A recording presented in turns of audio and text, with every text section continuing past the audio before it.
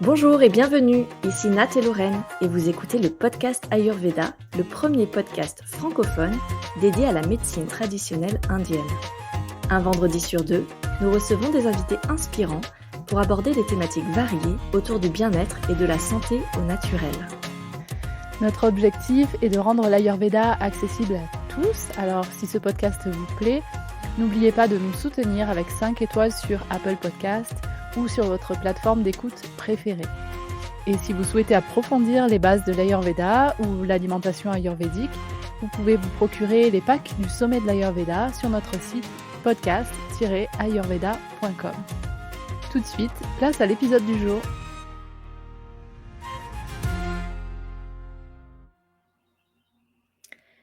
Chers auditeurs qui écoutez le podcast Ayurveda depuis quelques semaines, quelques mois ou années, vous savez désormais que l'Ayurveda est un puissant outil de connaissance de soi qui permet de mieux nous comprendre et d'aller découvrir tout notre potentiel.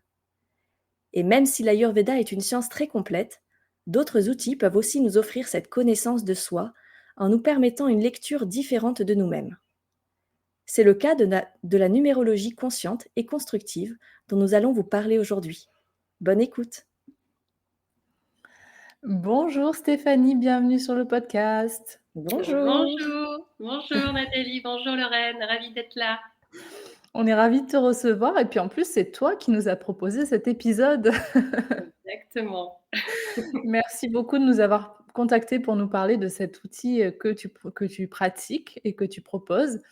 Parce que pour toi, la numérologie consciente et constructive, c'est un puissant outil de connaissance de soi qui peut être du coup utilisé en complément de l'Ayurveda pour encore mieux se comprendre. Alors pour commencer, est-ce que tu peux te présenter en quelques mots, nous dire qui tu es, d'où tu viens?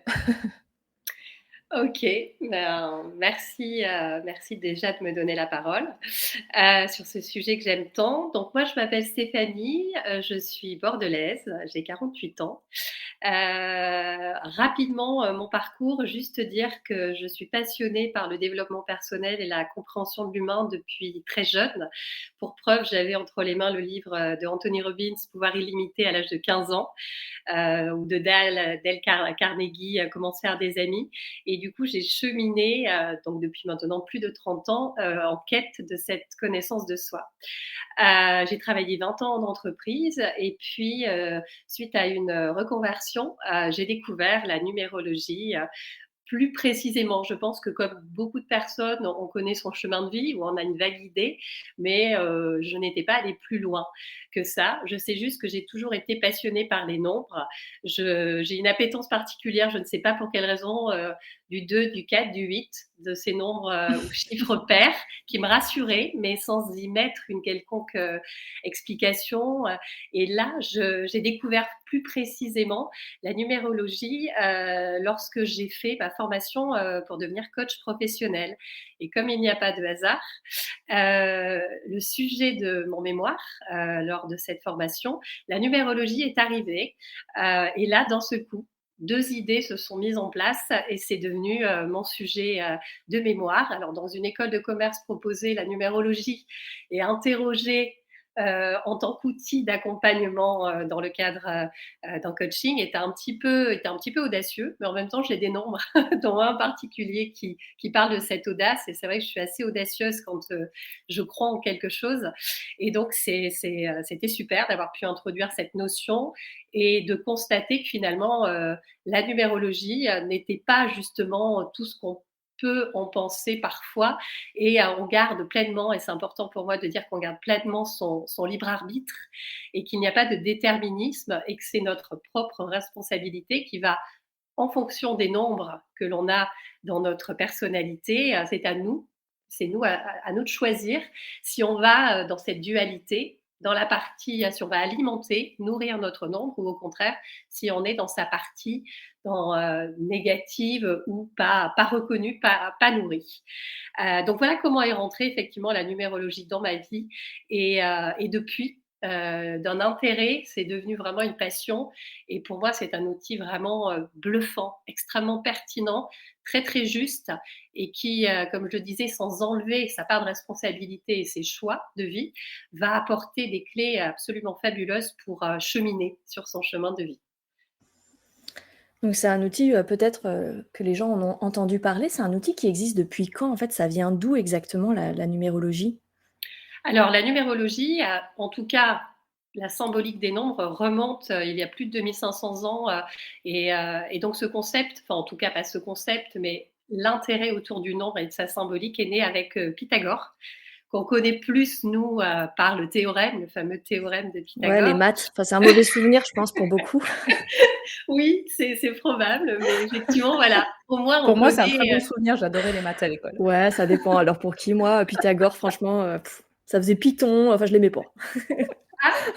J'avais jamais vu effectivement ce raccourci, mais donc moi oui, si Pythagore est un petit peu comme Nat, moi j'aimais les maths, hein, j'ai fait un bac C à l'époque, hein, d'où mon âge, équivalent du bac S. Donc si, j'aimais les maths, j'aimais les nombres et donc Pythagore effectivement est considéré comme le père de la numérologie d'ailleurs et donc c'est, moins 580 pour être précis, avant Jésus-Christ donc que la symbolique des nombres commence à rentrer dans l'esprit des gens.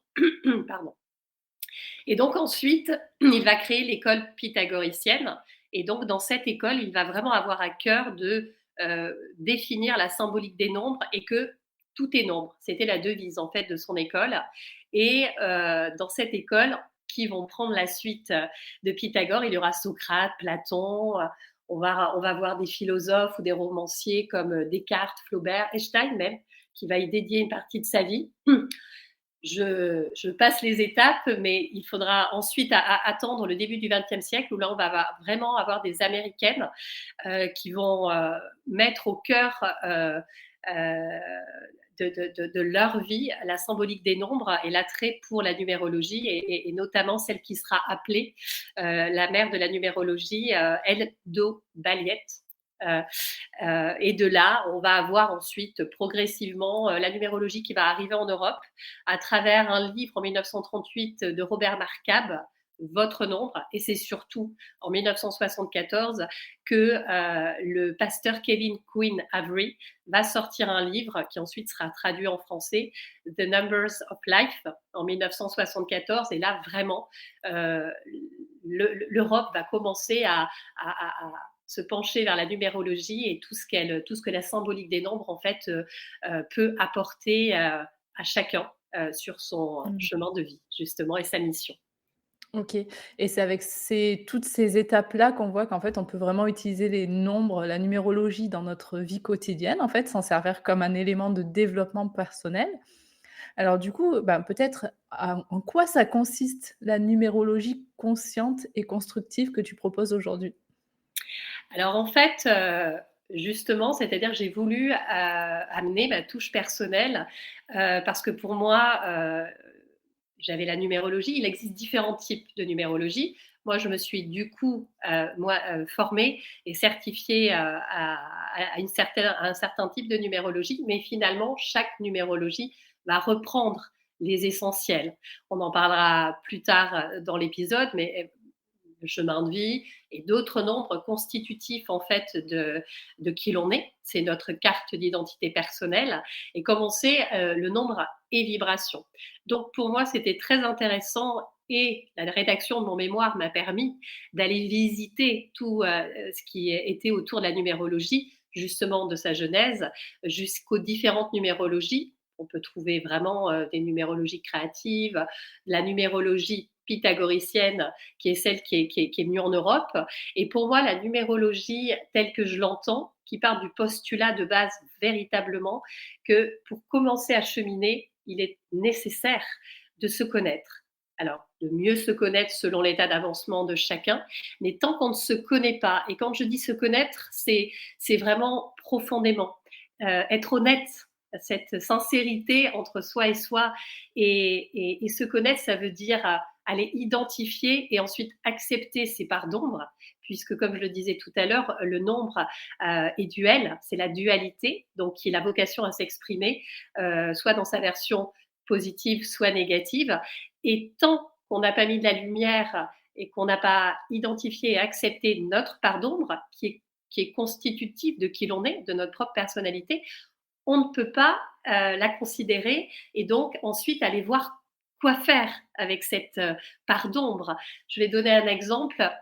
Oui, je vais donner un exemple. Par exemple, le 8, que je connais bien, puisque c'est mon chemin de vie. Euh, Ils sont tous super, les nombres. Quand ils sont dans leur version alimentée, ils ont tous des compétences, ils vont regorger de talents innés. Sauf que quand ils sont dans leur part non alimentée, ils vont s'exprimer d'une façon, par exemple, par le 8, à travers la colère, à travers l'injustice, à travers j'arrive pas à prendre ma place. Donc, au lieu de prendre la responsabilité de me dire, Stéphanie, c'est à toi de prendre ta place, eh bien, je vais reprocher aux autres. Je vais me mettre en colère. Je vais faire ou mon Calimero, je vais passer de la victimisation au bourreau, puisque un 8 peut être très dur dans les mots, parce que justement, ça dénote un état de mal-être, de malaise. Tant que je ne comprends pas en fait que ça fait partie de moi et que du coup, je dois aussi reconnaître cette part, y mettre de la douceur, de la compréhension et ensuite dire, OK, j'ai une capacité, puisque se mettre en colère, ou en tout cas savoir taper du poing sur la table quand c'est nécessaire et adapté, je sais le faire facilement parce que ça fait partie de moi. Par contre, je vais faire en sorte que cette colère ne vienne pas quand je ne l'ai pas appelée, mais qu'elle soit simplement à mon service. Et Mmh. tout l'enjeu, justement, et ça c'est vrai pour chacun des nombres, tout l'enjeu vraiment est d'aller mettre de la lumière là-dessus. Et ce que j'aime bien, et ça c'est la théorie polyvagale aussi, qui me l'a appris, c'est plutôt de se débarrasser de choses qu'on n'a pas envie de voir chez nous, nos fameuses parts d'ombre. C'est vain, c'est absurde puisque ça nous constitue, et bien d'être libre avec qui l'on est et Mmh. ensuite de dire ok, tu es là. Par contre, à moi de te laisser en jachère ou alors de t'activer au bon moment ou de venir te connecter, me connecter à toi quand je l'aurai décidé. Et c'est ce choix en fait et que ce soit adapté à une situation extérieure qu'on va vivre. Et du coup, ça va nous rendre libres. Pour moi, la liberté et la sécurité intérieure est extrêmement importante. Et donc, j'ai un petit peu digressé, mais c'est pour montrer que pour moi, du coup, cette numérologie consciente et constructive va permettre euh, d'abord de mettre de la lumière sur qui l'on est. Donc, si on ne se connaît pas, on ne peut pas avancer, on ne peut pas évoluer. Donc, d'abord bien se connaître et sur ce postulat de départ, comment ensuite se rendre libre et être en sécurité pour ensuite aller vivre toutes les situations extérieures à notre vie. Et on sait très bien que la vie, c'est pas tout rose. Donc, l'idée n'est pas de mettre un mouchoir ou ne pas vouloir vivre et repousser les situations difficiles, mais de les observer, de dire, OK, qu'est-ce que je ressens dans mon corps? Qui je suis? Quels sont mes nombres?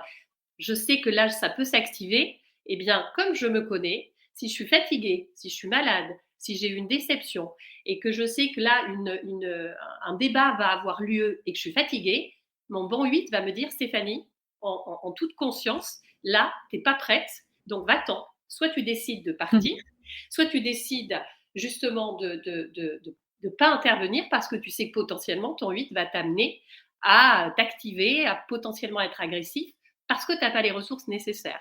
Voilà, donc je suis un peu passionnée, mais Oui.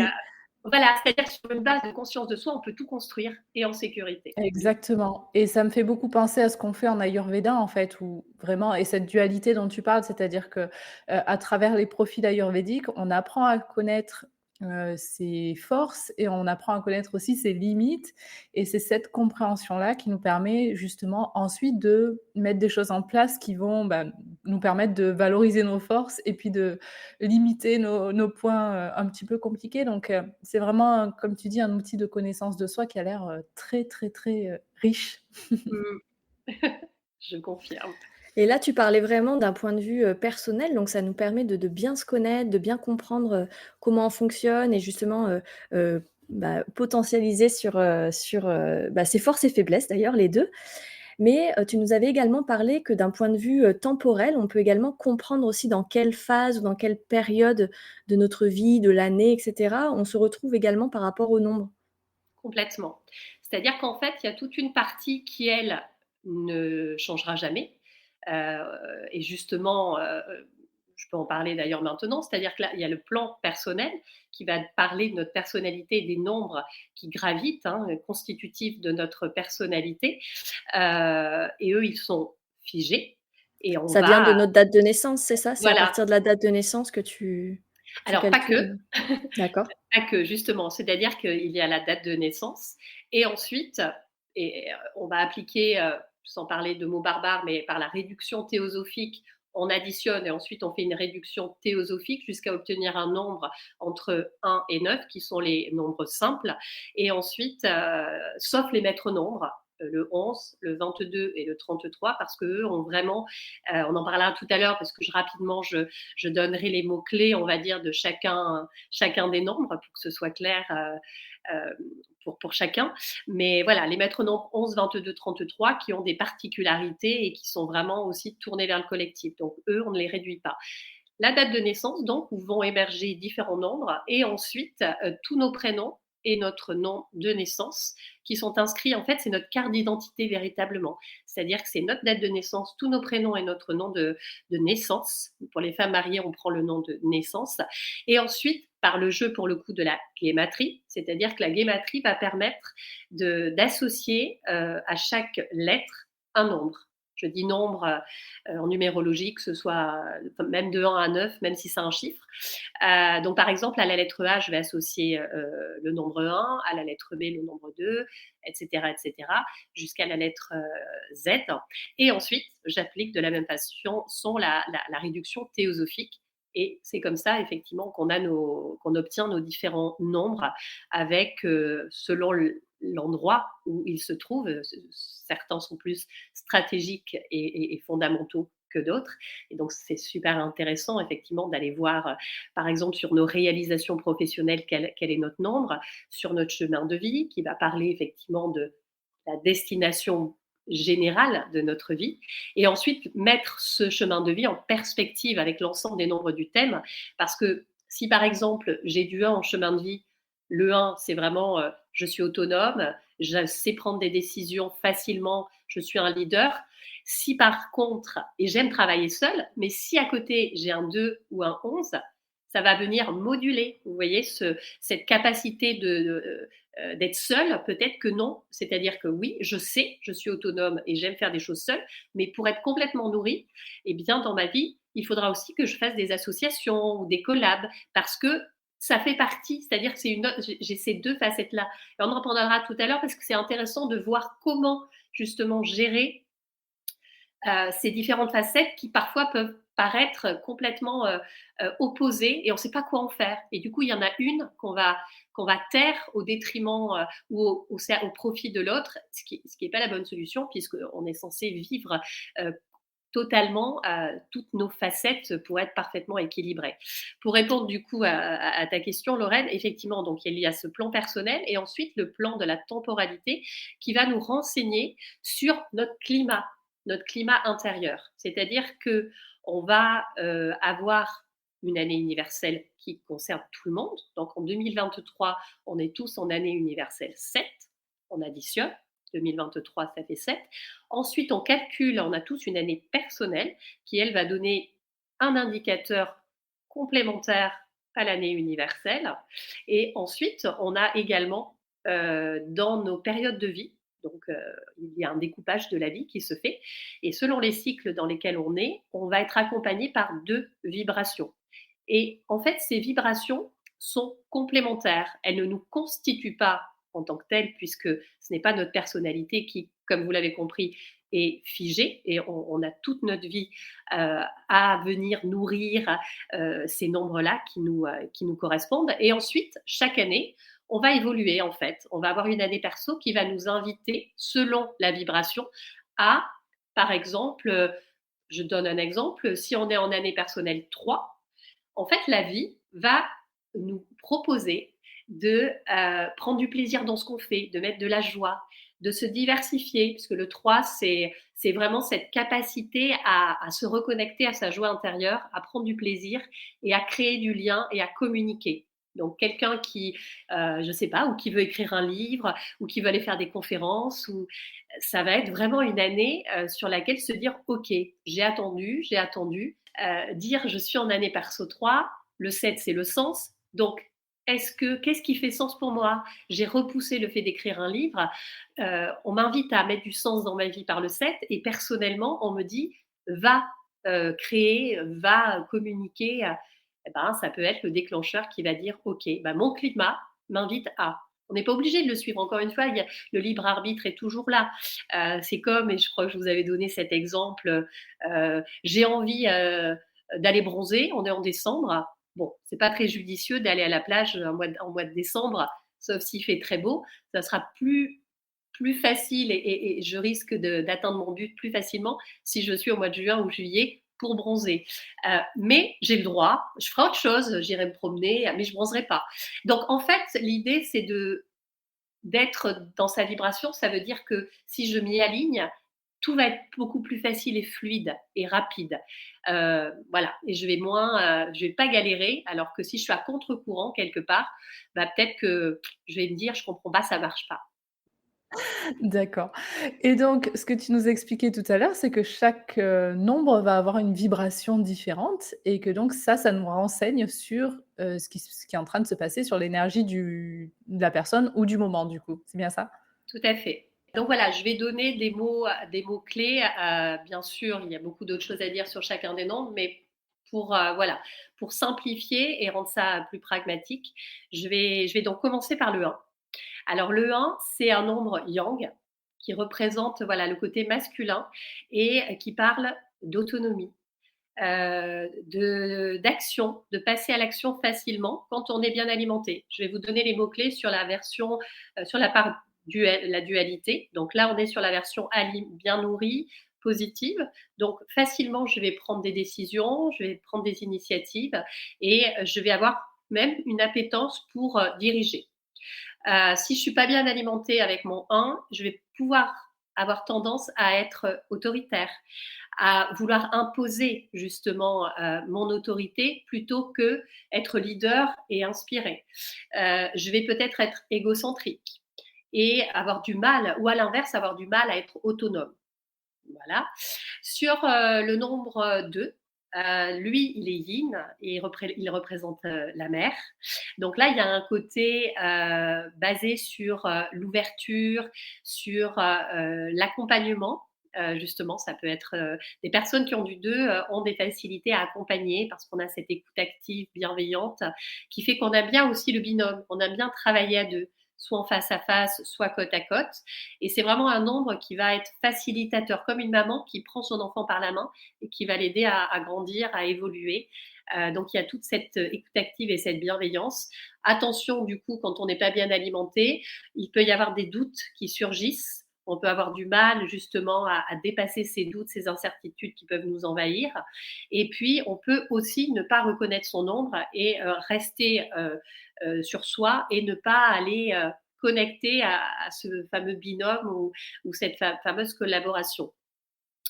Le 3 c'est le nombre par excellence du créateur. Donc derrière le créateur, il y a vraiment une capacité à créer du lien, à créer tout simplement. Donc il va y avoir des facilités pour le domaine artistique. Donc ça peut oralement, physiquement, sportivement parlant.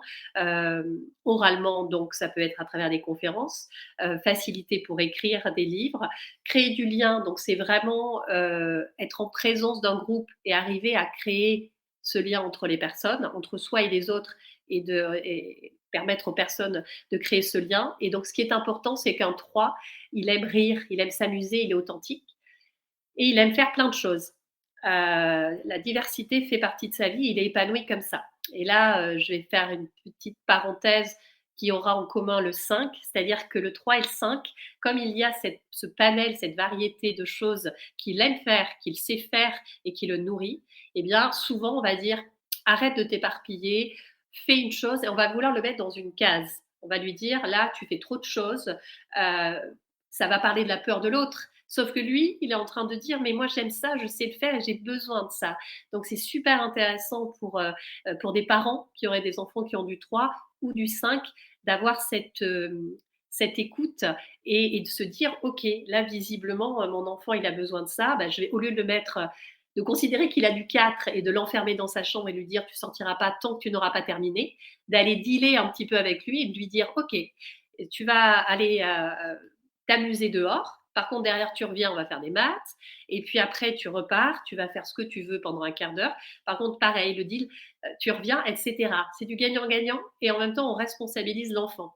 Donc, moi, je trouve ça génial. Mais quand on ne sait pas, et ben, à tort, on peut enfermer un enfant qui ne fera pas. Hein. Il manque de concentration. Le 3, si on le laisse trop longtemps dans sa chambre, donc il va travailler 1 heure et les 3 heures qui suivent, il regardera par la fenêtre. Donc voilà. Par contre, véritablement, un 3 qui n'est pas alimenté, qui n'est pas bien nourri, peut se disperser vraiment. D'où l'intérêt d'être à l'écoute et de voir si les différentes choses qu'il fait, il va jusqu'au bout. Si par exemple, d'un seul coup, il commence quelque chose et il arrête, il va faire autre chose, là, il se disperse et il s'éparpille. Et donc, voilà, voir où est le curseur et le laisser faire plein de choses. Par contre, veiller à ce qu'il aille au bout de ce qu'il fait pour être sûr qu'il soit bien dans sa version positive, on va dire. Le 4, je l'ai un petit peu amorcé, c'est un nombre très ancré. Donc lui, comme son nombre l'indique, c'est un carré. Il est carré. Exactement. Il est carré. Alors, il est super pour organiser, planifier.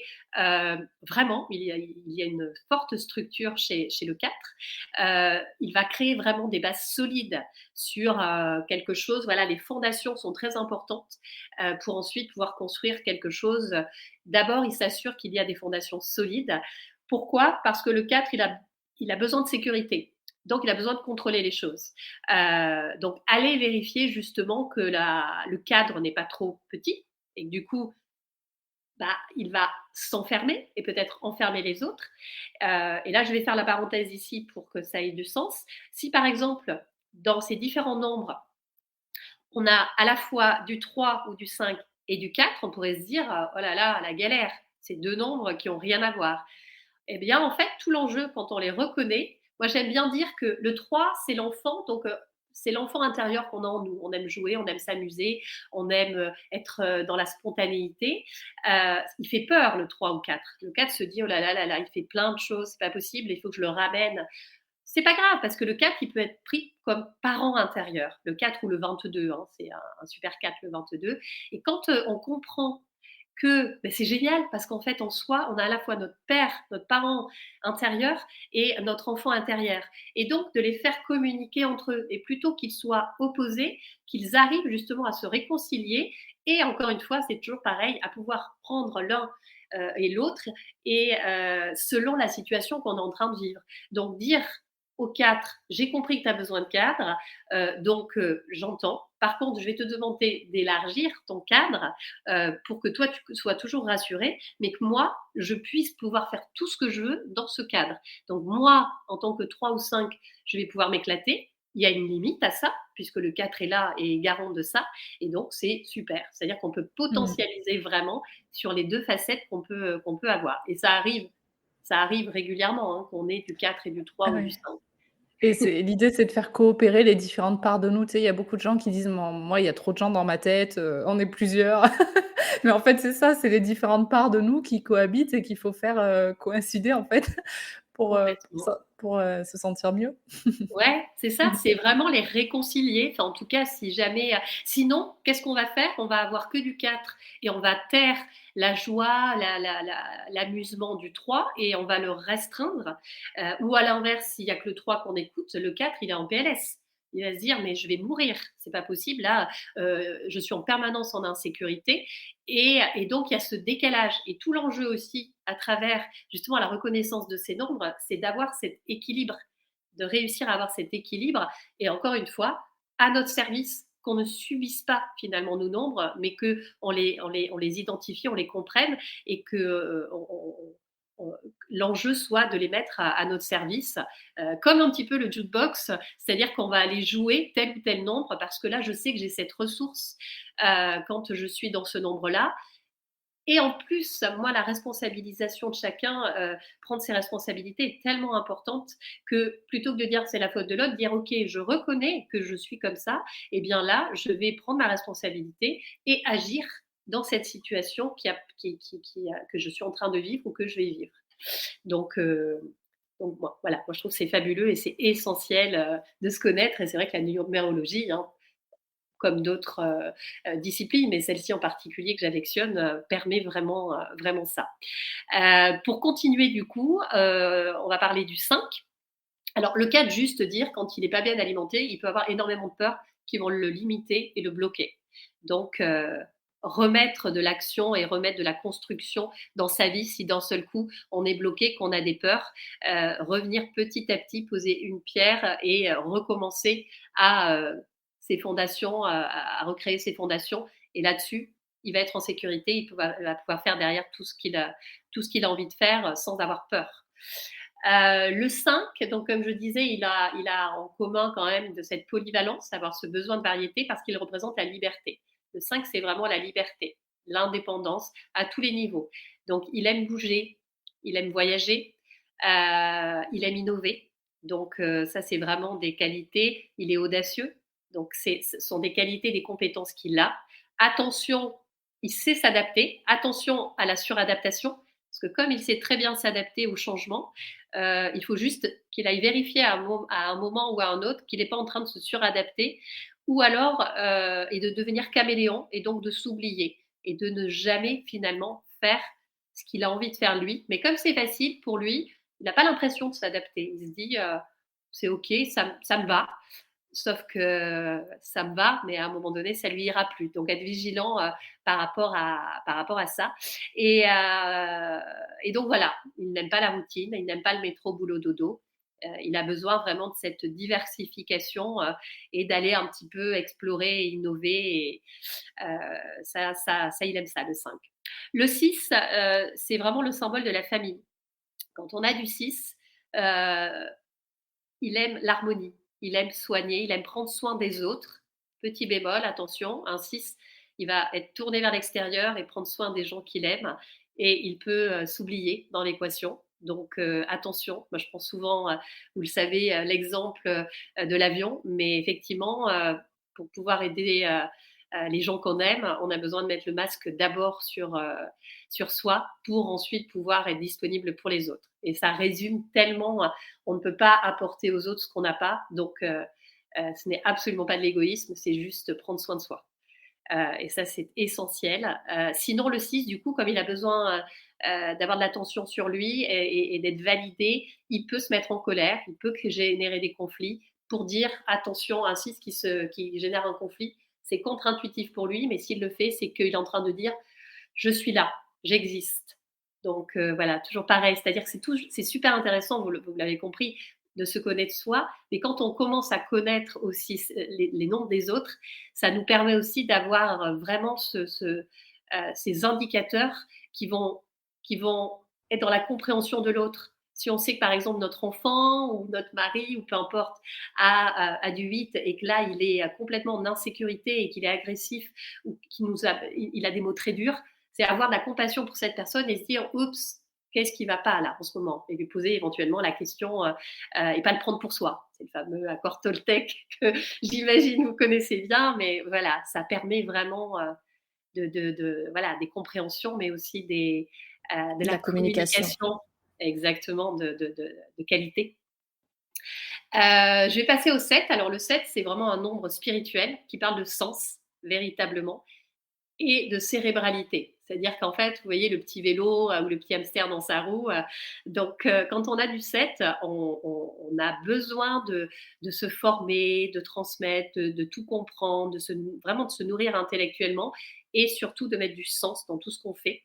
C'est vital pour un 7. Donc, Mmh. quand il n'y a plus de sens, il faut aller vraiment vérifier que ce qu'on est en train de faire, les relations qu'on a, ont du sens. Je vous rappelle qu'on est en année 7. Ouais, c'est ce que j'allais dire, c'est ça. C'est tu nous disais tout à l'heure année 7, donc ça là, ce que tu dis, ça doit parler à beaucoup de monde en ce moment. Ah là là, oui, parce que c'est vraiment d'un point de vue universel. Donc, en fait, le monde est invité à s'arrêter un moment et aller vérifier véritablement que le travail qu'on a, la relation qu'on a, les amis, ce que l'on fait a du sens et s'autoriser justement à les connecter et euh, et ça peut faire naître vraiment, enfin, ça peut amener des compréhensions de se dire, mais bien sûr, non, il n'y a pas de sens. Et sans pour autant justement quitter quoi que ce soit, puisqu'il faut le faire en bonne intelligence et toujours dans un dans un espace de sécurité. Ça, pour moi, c'est très, très important. Mais d'aller vérifier justement qu'est-ce qui a du sens et peut-être en apporter davantage dans ce qu'on est en train de vivre. Ou alors, si véritablement il n'y en a pas et qu'il n'y a pas possibilité d'en avoir dans tel travail ou dans telle relation, bah, encore une fois, en son âme et conscience et dans sa responsabilité, faire des choix. Mais et puis on est aidé par nos autres nombres et puis aussi notre année perso qui peut-être va nous amener en plus du sens je ne sais pas moi, se diversifier peut-être ou voyager un peu pour aller remettre un petit peu les idées en place et se dire quand je vais revenir, là peut-être que je prendrai une décision.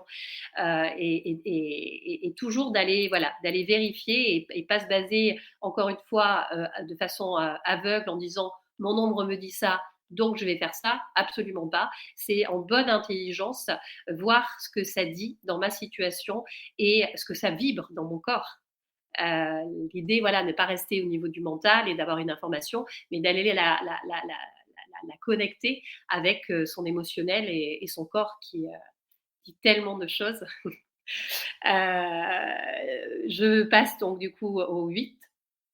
Le 8, donc, c'est vraiment un nombre qui va parler de puissance, qui va parler de réalisation. Quand on a du 8, on a besoin et on aime se réaliser matériellement, professionnellement. C'est vraiment là, c'est une énergie, c'est l'énergie de l'argent, le 8. Donc, un 8 aime l'argent et pour lui, c'est pas tabou parce que pour lui, c'est simplement une énergie qui va permettre de continuer à faire vivre ses projets. Si on prend l'exemple de quelqu'un voilà, qui veut faire de l'humanitaire, par exemple, eh bien cet argent-là, il va circuler. C'est une énergie, ça circule de façon à pouvoir continuer aussi à impacter plus grand que soi. Donc c'est vraiment très vite et le 8 est pour la justice. Donc quand il n'est pas bien nourri, ce 8, il va pouvoir voir de l'injustice autour de lui. Donc soit de l'injustice vécue, soit de l'injustice qu'il va voir chez les autres. Et là, vraiment, c'est un justicier et il a besoin de prendre sa place. Il y a beaucoup de légitimité et de valeur autour du 8. Donc justement, c'est ce que je disais tout à l'heure. Il peut, comme dans le fameux triangle de Cartman, passer de la victime au bourreau et du coup soit se victimiser, soit être très dur dans les mots et automatiquement tout de suite, moi je sais que j'ai du 8, quand je commence à être un petit peu sur la défensive ou au contraire agressive, qu'il y a quelque chose qui vient me chercher alors qu'en vrai la personne elle a rien fait de plus, c'est moi, c'est mon irritabilité qui est là. Tout de suite, je vais faire pause et je vais me dire ok, bon Stéphanie, c'est pas la faute de la personne. Qu'est-ce qui va pas? Et du coup, je fais une rétrospective pour aller mettre de la lumière justement sur ce que j'ai pu vivre la veille ou la semaine d'avant. Et c'est génial parce que du coup, c'est un outil de responsabilisation et puis de conscience, de prise de conscience pour dire j'ai perdu du temps à dire que c'est la faute de l'autre. Non, c'est moi qui réagis par rapport à cette situation que l'autre me fait vivre. Mais c'est moi, c'est ma part de responsabilité d'aller voir ce qui se passe. Est-ce que j'ai besoin de faire des choses qui vont m'aider à prendre ma place mais en tout cas, c'est en permanence cette observation et ensuite conscience sur ce que je vis. Pour finir sur les nombres simples, je vais parler du 9. Le 9, c'est un nombre qui est dans l'humanitaire. C'est un nombre qui lui aussi aime voyager et qui va être engagé, passionné et qui va vraiment avoir à cœur d'être tourné vers les autres. Et c'est également un nombre qui a beaucoup de sensibilité. Et il ressent beaucoup les choses. Donc c'est vrai que s'il fait taire son mental et qu'il se connecte à son intuition, il a beaucoup d'intuition à disposition. Et du coup, il va être juste dans ses ressentis. C'est-à-dire que c'est une vraie force hein, quand on a ça et qu'on s'y connecte de dire cette personne-là, je ne sais pas pourquoi, mais je ne la sens pas. On dit souvent ça. Ou alors ce job, il y a pourtant tout, mais je ne sais pas, il y a quelque chose. Et donc, tout l'enjeu, ça s'aiguise, hein, ça se travaille, mais si on arrive à l'écouter, on n'a pas besoin de savoir si c'est rationnel ou pas, c'est juste que le corps dit non. Et prendre sa décision par rapport à ce postulat-là, mais on peut gagner énormément de temps. Donc voilà, il a vraiment cette capacité. Bien sûr qu'il est hypersensible, donc quand il est fatigué, enfin quand il est dans sa part d'ombre vécue, on va dire, ça peut être difficile d'être hypersensible, d'être en proie à ses émotions. Les autres aussi peuvent ne pas comprendre ces variations qui font qu'on n'est plus dans des montagnes russes, mais on est carrément entre l'ouragan ou la sécheresse ou la canicule, peu importe. Et en fait, la vie, c'est vraiment une sinusoïde. Et du coup, tout l'enjeu est de réduire l'amplitude, tout simplement. C'est-à-dire que plutôt que d'aller dans les ouragans et puis la sécheresse, eh bien, de moduler sur le beau temps et la pluie, parce qu'on a besoin des deux. On ne peut pas se battre contre ça. Dès qu'on s'incarne dans cette vie, on va être en proie face à une dualité. Donc, autant vite comprendre ça et puis jouer avec ces deux aspects. Et du coup, quand on est dans la partie plus basse, donc dans la part ombre ou dans la partie pas nourrie, se dire c'est OK. Là, OK, j'ai des doutes, je suis en colère ou alors j'ai peur. Et de dire OK, je suis dans ma partie, du coup, dans ma part ombre de mon ombre, comment je fais pour revenir dans ma part lumineuse, dans celle où je suis, tout est fluide, où je suis compétent et où je suis nourri surtout. Donc ça, c'est voilà, pour chaque nombre, il y a des petits tips à adopter et, et, et c'est génial parce que du coup, on devient son propre accompagnant, son propre coach, c'est-à-dire qu'on a Ouais. on a moins besoin, je ne vais pas dire plus, parce que même moi, je continue à justement me faire accompagner ou voir des personnes, échanger sur tout, parce qu'il faut une vie pour se connaître et pour apprendre et évoluer. Mais déjà, on peut vraiment être autonome, justement, sur beaucoup, beaucoup de parts et d'événements qui se passent dans notre vie. J'accélère un petit peu parce que le temps passe. Je vais rapidement parler surtout du 11 et du 22. Le 3, c'est un super 6, mais il est moins fort et moins impactant que le 11 et le 22. Donc le 11, vous l'avez compris, c'est 1 plus 1 égale 2. Donc c'est un super 2. Ça veut dire qu'il va avoir les vibrations du 2. Ça va être un super accompagnant, une super maman. Ça va être vraiment une grande capacité à accompagner, mais d'un point de vue collectif. C'est-à-dire que les maîtres nombres ont vraiment une vocation à impacter aussi le collectif. Beaucoup d'énergie, beaucoup d'intuition à disposition. Et le 22, lui, c'est un super 4. Donc, ça veut dire que vraiment, quand on a du 22, on a vraiment énormément de capacités à disposition quand on s'y connecte. Il est challengeant, certes, mais il peut y avoir énormément de projets de construction, que ce soit construction physique, construire des immeubles, mais construction de projets, construction d'idées et intervenir à tous les niveaux entreprise, personnel, sur un collectif. Vraiment, vraiment, il y a beaucoup, beaucoup de potentiel. Attention à pas être dans ce côté beaucoup, beaucoup de peur, beaucoup d'autolimitation et de frein. Et puis accepter aussi quand on est dans cette part et dire OK, c'est bon, j'accepte. Et puis demain, ça ira mieux. Voilà pour la partie vibration des nombres. Quelques Bah, mots. génial. Merci pour tout ça. C'est vrai que c'est très riche. En fait, on s'aperçoit du potentiel que ça peut vraiment avoir et puis, bon, Lorraine et moi, on le savait déjà puisque tu nous as fait notre, restitution, enfin la restitution de notre thème et c'est vrai qu'on a vu à quel point il y a des choses qui peuvent être parlantes, on se reconnaît vraiment dans les nombres, on se dit: «Ah oui, tiens, là, j'ai telle ou telle, capacité» ou bien là, oui, effectivement, j'ai telle ou telle propension à aller vers ça, faut que je fasse attention à ça, je peux le faire comme ça. C'est hyper riche et c'est un outil magnifique. Alors peut-être que tu peux nous dire, concrètement, en fait, comment est-ce qu'on peut l'utiliser? Quel est ce que toi tu proposes, en fait, en termes d'utilisation, enfin, à quoi ça sert la restitution d'un thème et comment tu le proposes? Je crois que tu fais une proposition pour les professionnels et pour les particuliers. Tu as 2 formules, c'est bien ça? Ouais, complètement, complètement, complètement. Parce que je trouve que c'est tellement, parlant, que je ne pouvais pas juste faire les professionnels, en tout cas sur la restitution de thèmes à proprement parler. Donc en fait, il y a différents types, de restitution de thèmes. On peut, restituer ce qu'on appelle le thème adulte à la personne, donc ça dure 2 heures. C'est une séance que j'encourage vraiment à enregistrer parce qu'en fait, c'est vraiment un investissement sur soi puisque, vous l'avez compris, la partie personnalité qui représente 3/4 de la séance, va vraiment vous donner cette cartographie qui va vous servir toute votre vie et que vous pourrez réécouter à différents moments de votre vie. Et il y aura des compréhensions parce on n'a pas la même lecture, hein, on le sait, même sur un livre à des niveaux différents. Si on le relit, on va capter différentes choses. C'est la même chose pour le thème, mais c'est également très riche pour des parents à qui on va restituer le thème de leur enfant et ça va leur donner vraiment des clés de lecture pour que eux-mêmes ensuite soient le meilleur accompagnant.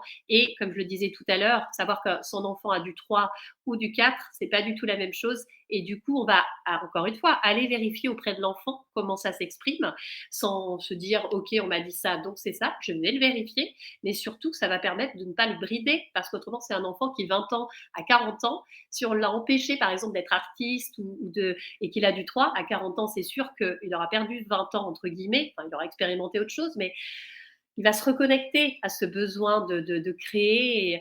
Donc, c'est super, super. Et puis après, thème entreprise pour créer son entreprise ou le thème associé couple, qui est très important pour savoir, encore une fois, amener de la compréhension dans une équipe ou dans un service ou en tant qu'associé pour dire, on ne va pas dire que vous ne pouvez pas travailler ensemble. Par contre, comment est-ce que vous pouvez au mieux travailler ensemble pour que chacun soit respecté dans ce qu'il est? Et ça amène vraiment de la compréhension, communication, comme on le disait tout à l'heure avec Lorraine, de la communication et de la compréhension et donc du respect entre les personnes. Voilà. Et donc, du coup, tu as cette consultation de base donc, qui dure 2 heures que tu peux faire. Et toi, tu proposes aussi des accompagnements sur 3 ou 4 mois, ou même peut-être plus en fonction des besoins, j'imagine. Quel est l'intérêt de ces accompagnements, justement? C'est tu vas approfondir certains nombres de la personne ou tu vas plus l'accompagner sur des problématiques qu'il va te présenter et comment ça se passe? Ouais, bah, c'est complètement ça. C'est-à-dire qu'en fait, pour certaines personnes, le thème va suffire parce que soit ils se connaissent déjà bien et ça va amener des points de lumière, de clarté, de compréhension, ils vont avoir cette autonomie de pouvoir, grâce à la restitution de leur thème, dépasser des choses, donc en toute autonomie. Et puis d'autres personnes, et encore une fois, que ce soit entreprise, parents ou la personne en elle-même, l'adulte, vont émerger à travers ces 2 heures des points vraiment bloquants. Et la personne, elle a besoin du coup d'être accompagnée pour ancrer, pour systématiser et pour moi, comme je dis, mon objectif, c'est pas d'accompagner la personne. Je la prends par la main au début, mais l'objectif, c'est qu'à la fin des 3 ou 4 mois, je la lâche et qu'elle soit autonome et qu'elle n'ait pas besoin de revenir me voir. Moi, vraiment, j'ai à cœur d'autoriser les personnes à vivre leur meilleure vie. Et pour moi, quand on se connaît et qu'on on acquiert cette sécurité et cette liberté intérieure, tout est possible et en autonomie. Parce que la dépendance, pour moi, non. Vous avez bien compris, la responsabilisation est essentielle pour être libre. Et le seul postulat, moi, que j'aime dire, c'est que la notion d'engagement et d'implication est nécessaire pour qu'un travail aboutisse. Il faut que la personne, effectivement, soit engagée dans cette démarche et soit prête à faire quelques changements pour justement, à la fin de ces 3 ou 4 mois, être libre et pouvoir vraiment aller vivre son plein potentiel ou en tout cas réaliser ses projets de cœur. Voilà. Merci Stéphanie pour tout ça. On arrive tout doucement à la fin de cet épisode. Est-ce qu'il y a quelque chose que tu as, un autre message que tu as envie de partager ou peut-être quelque chose que tu n'aurais pas pu dire encore? Alors, j'ai dit beaucoup de choses. J'ai beaucoup parlé, j'en suis désolée, mais c'est vrai que j'ai beaucoup pris la parole. Tu là pour ça, Stéphanie. Et je vous en remercie. Non, le mot de la fin, c'est vraiment cette notion d'autorisation qui pour moi est très importante. C'est-à-dire que quand on connecte à cette façon, au fait de s'autoriser et ne plus s'attacher aux injonctions, qu'elles soient sociétales ou autres, extérieures en tout cas, il faut, tu dois.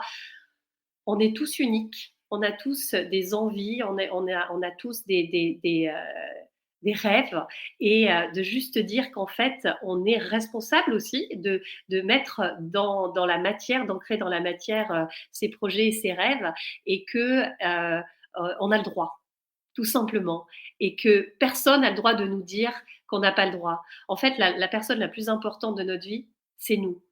Et vraiment, vraiment prendre soin de soi, alors de façon holistique, hein, à travers la santé et vous en savez quelque chose et je suis tellement passionnée aussi par l'Ayurveda et toutes ces médecines justement, donc prendre soin de soi mais sur tous les niveaux, de tous les piliers et on a le droit et ensuite on s'autorise et c'est important de se nourrir intérieurement d'amour, de respect, de joie pour ensuite pouvoir encore mieux le manifester auprès des gens qu'on aime.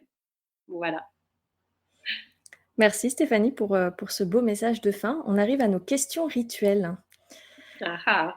On en a 3. La première, on souhaiterait savoir quel est ton rituel préféré, si tu en as un? Alors, j'ai eu longtemps, des rituels, à l'époque, où le livre est sorti, Miracle Morning, j'étais beaucoup dans ces rituels, dans cette rigueur discipline. Je me rappelle que j'ai du 4 et du 22. Donc effectivement, ça me rassure, j'aime bien. Et ensuite, il y a eu une période où je me suis, un petit peu, j'ai plus connecté avec mon 5 qui s'est dit: «Ah, ouais, mais non, en fait, ça veut dire quoi? Quel est le sens? Est-ce que je suis pas en train justement d'automatiser quelque chose?» Donc il y a eu, ensuite je me suis détachée et aujourd'hui j'en ai plus vraiment, c'est-à-dire j'ai ouvert mon cadre, hein, j'ai bien ouvert mon cadre de 22 pour que mon 5 s'exprime et du coup, heu, des rituels le matin, alors vous allez aimer parce que effectivement, c'est-à-dire que j'ai un verre d'eau tiède et je vais faire le grattage de langue. Ça, c'est quelque chose vraiment quand j'avais découvert, l'Ayurveda il y a des années, je le fais tous les matins. Heu et ensuite, je vais, ouvrir alors soit, tirer une carte ou pour avoir, ou un message du jour pour avoir une ligne, on va dire, qui va m'ouvrir sur quelque chose, sur une réflexion, sur moi, sur ce que je suis en train de vivre. Soit j'ai pas de questions et je dis j'aimerais savoir quelle est l'énergie, qu'est-ce que ça vient m'amener. Soit j'ai une question en particulier et donc voilà, j'aime bien faire ça par rapport à un livre que j'ai ou par rapport à des cartes que je peux avoir également. Donc ça j'aime beaucoup. Ça m'enferme pas du tout, mais ça m'ouvre au contraire à de la réflexion. Voilà. Donc on va dire que c'est ça qui ne bouge pas. OK, très bien. Notre deuxième question porte sur tes projets. Quels sont les projets que tu as dans les prochaines semaines? Alors, c'est de véritablement, ancrer la numérologie consciente et constructive et la faire connaître, au plus grand monde et à terme, écrire une méthode, et former.